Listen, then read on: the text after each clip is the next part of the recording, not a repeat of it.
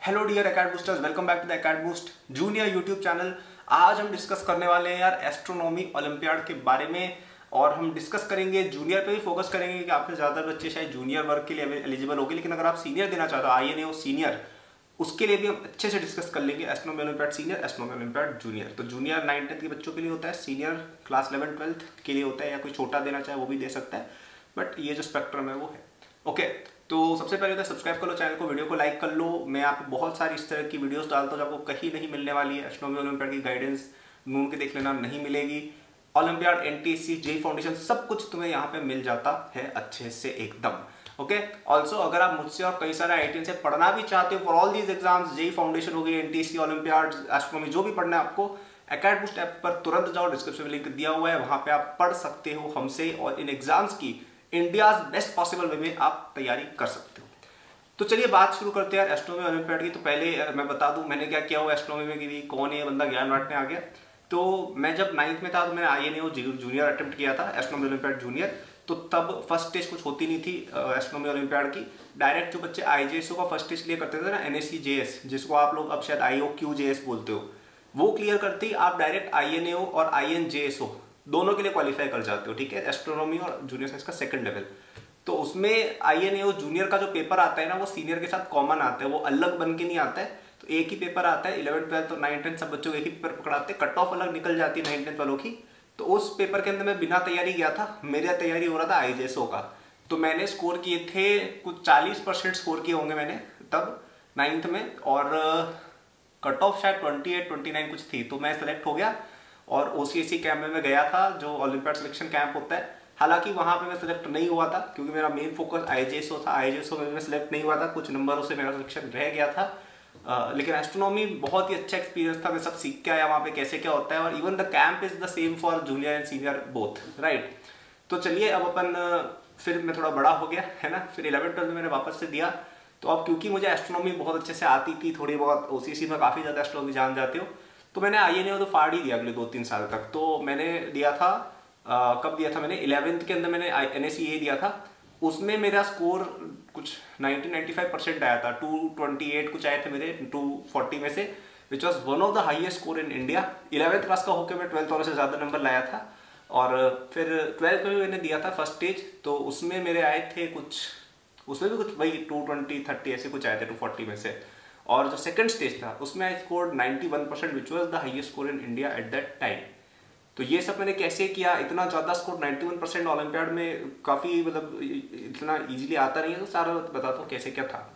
तो देखिए first stage तो वो आप कर ही लेंगे, जूनियर में तो फर्स्ट स्टेज होता ही नहीं है। सेकंड स्टेज जो सीनियर होते हैं उनमें first stage is normal physics and chemistry, so physics maths बस यही आता है, कुछ खास आता नहीं है एस्ट्रोनॉमी का। तो उसकी डिस्कशन तो कुछ है ही नहीं, नल एंड वैलिड डिस्कशन है। अब अगर सेकंड स्टेज के लिए क्या तैयारी मैंने की थी और कैसे आपको करनी रहेगी, तो देखो जूनियर वर्ग के अंदर आपको मतलब पेपर तो सेम ही आता है, तो प्रिपरेशन सबके लिए सेम ही रहेगी। तो उसमें सवाल जो आते हैं ना, आप देखेंगे तो यूजुअली ऐसा रहता है, एक सवाल आता है हार्डकोर मैथ का, जो मतलब मैथमेटिकली कोई चीज़ होती है, थोड़ी एस्ट्रोनॉमी से रिलेटेड होती है। जैसे आपको एलिप्स रिलेटेड कुछ पूछ लेंगे, क्योंकि प्लैनेट्स के जो ऑर्बिट्स होते हैं एलिप्सिस होते हैं। कभी कभी आपको कोई नंबर पजल टाइप पूछ लेंगे, जैसे आर्मी में नहीं आते परम्यूटेशन कॉम्बिनेशन टाइप। बेसिकली वो टेस्ट ये करना चाह रहे हैं कि बच्चे की सोचने की क्षमता कैसी है, क्योंकि एस्ट्रोनॉमी बच्चे को बाद में OCC में मेनली पढ़ाई जाती है। Right now there focus is कि हमें हो जिनकी थिंकिंग एबिलिटी अच्छी है वैसे बच्चे मिल जाए सेकंड स्टेज में, that is there philosophy according to me. तो 10-12 मार्क्स का क्वेश्चन प्योर मैथ का आ जाएगा। फिर जो क्वेश्चन आएंगे वो मोस्टली आप कह सकते हो फिजिक्स के होंगे। ठीक है, उसमें एक आध क्वेश्चन आपको लाइट का पूछ लेंगे, उसमें अंदर टेलीस्कोप वाला एंगल घुसा के। एक आध क्वेश्चन ग्रेविटेशन का पूछ लेंगे, ऑर्बिट्स वगैरह का घुसा के। एक आध क्वेश्चन एंगुलर मोमेंटम पूछ लेंगे, क्योंकि एंगुलर मोमेंटम काफी फेवरेट टॉपिक है एस्ट्रोनॉमी वालों का, because a lot of the astronomical events that are happening are related to the conservation of angular momentum. क्योंकि सब जगह तो देखो तो रोटेशन हो रही है किसी न किसी चीज के अबाउट, कुछ प्लैनेट खुद भी घूम रहा है, एक्सिस के अराउंड भी, मतलब सन के अराउंड भी घूम रहा है, राइट। तो हर चीज में एंगुलर मोमेंटम यहाँ पे इन्वॉल्व है, तो उस पर क्वेश्चंस कई बार आते हैं। आपके थर्मोडायनेमिक्स हीट रिलेटेड क्वेश्चंस भी कई बार आते हैं, स्टार के अंदर पूछ लेंगे भी ये टेम्परेचर है बताओ, वो सब रेडिएशन वगैरह निकाल के कुछ पूछ लेंगे, T⁴ वाली चीजें, right.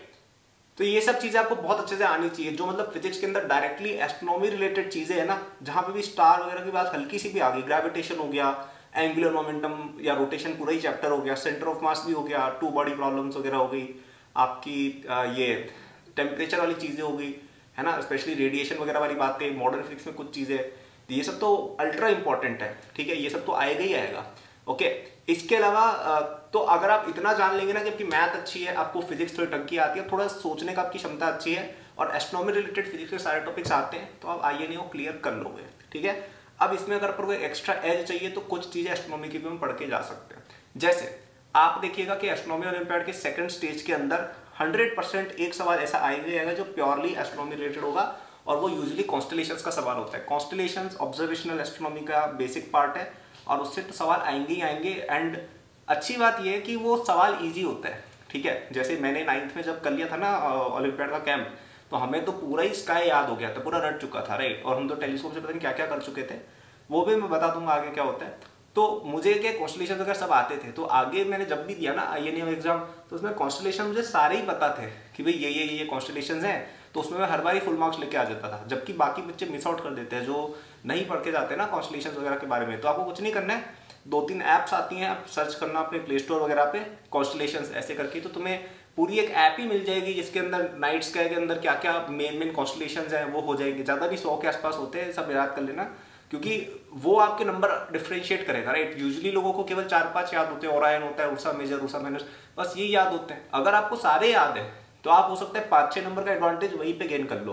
And it is not something very hard. तो विकिपीडिया, इंटरनेट और एप्स वगैरह के थ्रू आप याद कर लो कि मेन कॉन्स्टलेशंस कौन से हैं, उनमें मेन स्टार कौन सा है और किस तरह के वो दिखते हैं, राइट। ये चीज़ आप याद कर सकते हो, एक्स्ट्रा 10-12 नंबर डेफिनेटली लेके आओगे। इसके अलावा और भी कुछ एस्ट्रोनॉमिकल टर्म्स होते हैं, जैसे आपकी सन की पोजीशनिंग कहाँ पे होती है लैटिट्यूड लॉन्गिट्यूड वाइज, ये एक चीज़ आप देख सकते हो। सन का एंगल क्या होता है, जैसे कभी कभी ऐसा एक मुझे याद है हमारे टाइम एक सवाल आया था कि एक लोकेशन थी, उसका लैटिट्यूड लॉन्गिट्यूड दे दिया था, ठीक है। अब ये क्यों बताया जाता है, क्योंकि अगर आपके पास अर्थ पे लैटिट्यूड लॉन्गिट्यूड है तो आप एग्जैक्ट पॉइंट आउट कर सकते हो नाइट स्काई में कि अगर अपन पूरे एक्सप्लोडेड व्यू से देखें बाहर से, है ना, आसमान के बाहर से देखें तो अर्थ हमें हल्का सा दिखेगा। इसमें लैटिट्यूड लॉन्गिट्यूड से हम पता कर सकते हैं कि कहाँ पे लोकेशन है, क्या एंगल बन रहा है, तो उससे हम सन राइट जो आ रही है किस एंगल पे उस जगह पे हिट हो रही है, ये सब चीजें हम पता कर सकते हैं। इस पे बेस्ड कई बार क्वेश्चंस आ जाते हैं। ओके, तो अभी तक मैंने आपको क्या क्या बोला, मैंने आपको बोला कि अगर आपको थोड़ी मैथ अच्छी आती है, आपको फिजिक्स अच्छे से आती है, थोड़ा सोच लेते हो, और एस्ट्रोनॉमी के जो बेसिक टर्म्स है, कॉन्स्टलेशंस हो गई, एक्लिप्टिक क्या होती है, किस पाथ पे किस तरह से सन मून वगैरह रोटेट करते हैं, क्या एंगल्स होते हैं, या अगर आप एक एक्सप्लोडेड व्यू से देखो सन को बाहर, मतलब आप अर्थ और उसको बाहर से देखो, ये अर्थ घूम रहा है सन के अराउंड, तो यहाँ पे किस तरह के एंगल्स इन्वॉल्व है, इसकी क्या फिजिक्स चल रही है ना, सोलर एक्लिप्स क्या होता है, लूनर एक्लिप्स क्या होता है, इस तरह की बेसिक चीज़ें अगर आपको आती है एस्ट्रोनॉमी की, आप इजीली एग्जाम क्लियर कर लोगे, ज़्यादा डिफिकल्टी नहीं आएगी। And one of the best ways to do it कि आप पिछले 10-20 साल के INEO के पेपर्स निकालो। आई थिंक HBCC की एक बुक भी आती है एस्ट्रोनॉमी ओलंपियाड के प्रीवियस पेपर्स विद सॉल्यूशंस की, मेरे पास पड़ी भी है, वो मैं लेके आया था, कैंप में गया था ना, मैं वहाँ से खरीद कर आया था मैं, तो वो बुक्स आप ले सकते हो और उनको यूज़ कर सकते हो, ठीक है। तो वो बेस्ट रहेगा क्योंकि पास्ट पेपर से काफ़ी अच्छा आइडिया आपको मिल जाएगा।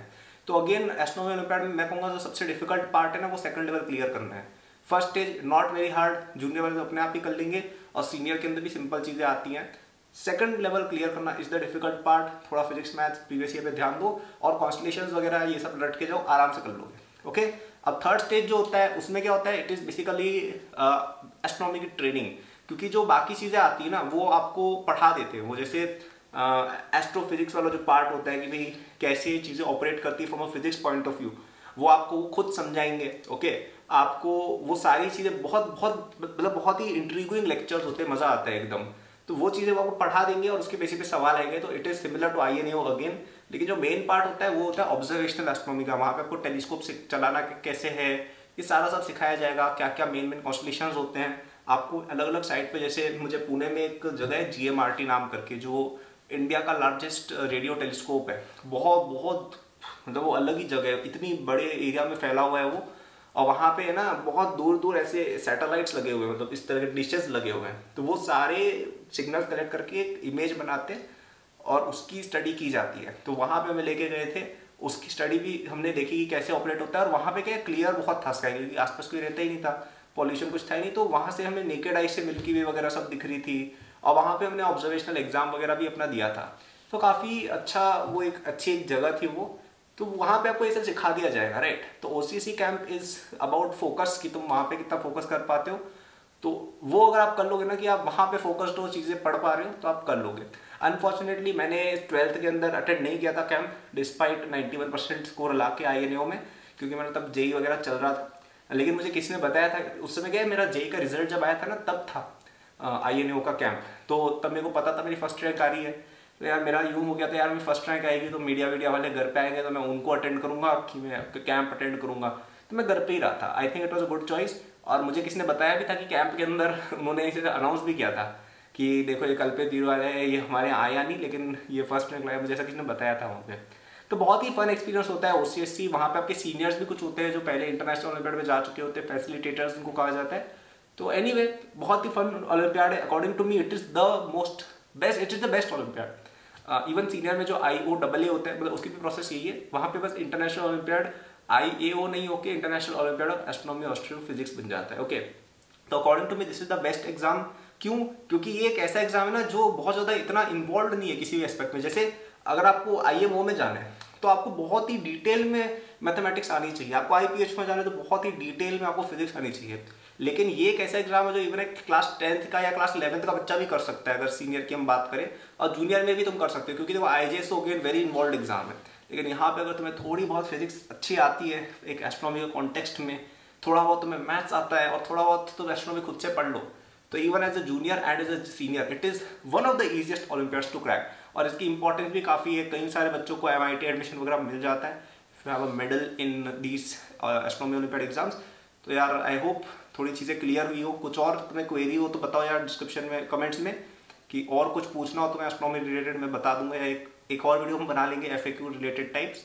तो सारे जो क्वेश्चन हो वो मुझे बता देना कमेंट्स में।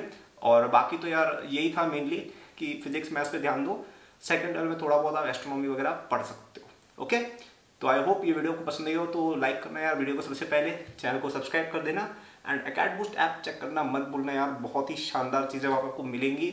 इवन हमने वहाँ पे एस्ट्रोनॉमी के लिए कोई डेडिकेटेड कोर्स नहीं बना रखा है, लेकिन वहाँ पे जो आप चीज़ें सीखोगे वो आप एस्ट्रोनॉमी ओलंपियाड पे इजीली अप्लाई कर सकते हैं। एस्ट्रोनॉमी वाला पार्ट तो आपको खुद ही सीखना पड़ेगा, वो आपको कोई कोचिंग वाला नहीं सिखाएगा, कोई ना तो वो पढ़ता है ना कोई जानता है, कुछ लोगों को ही पता है उसके बारे में।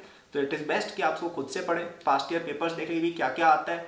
मोस्टली 2-3 चीज़ें ही आती है, कॉन्स्टलेशंस, सोलर लूनर एक्लिप्स, और अर्थ और मून सन की जो रोटेशन हो रही है ना उसकी डायनेमिक्स, कि क्या एंगल्स है। वो तुम्हें कुछ ऐसे ही सवाल पूछ लेंगे कि भाई बताओ एक अर्थ पे ये वाली जगह लैटिट्यूड लॉन्गिट्यूड है, बताओ यहाँ पे कितनी बजे सनसेट होगा विंटर के अंदर इस तारीख को। तो उसमें कुछ भी नहीं करना है आपको ये पता होना चाहिए भी सन कैसे घूम रहा है। आपने वो जगह का बना दिया लैटिट्यूड यहाँ पे, अब जैसे सन ऐसे घूम रहा है, आपको पता है वो यहाँ पे लोकेटेड है लैटिट्यूड लॉन्गिट्यूड वाइज। आप देख लो यार कि सन यहाँ पे कितनी बजे यहाँ पे आ जाएगा, उस समय सनसेट हो गया, समझ रहे हो। तो उस तरह से कैलकुलेशन उसकी की जा सकती है, ठीक है। दिखने में डिफिकल्ट लग रहा है, लेकिन आप जब सॉल्यूशंस देखेंगे ना प्रीवियस पेपर्स में आपको समझ आ जाएगा। तो चलिए यार, बहुत लंबी वीडियो आई थिंक ये हो गई है, चलो यार बाय, है ना, गुड लक।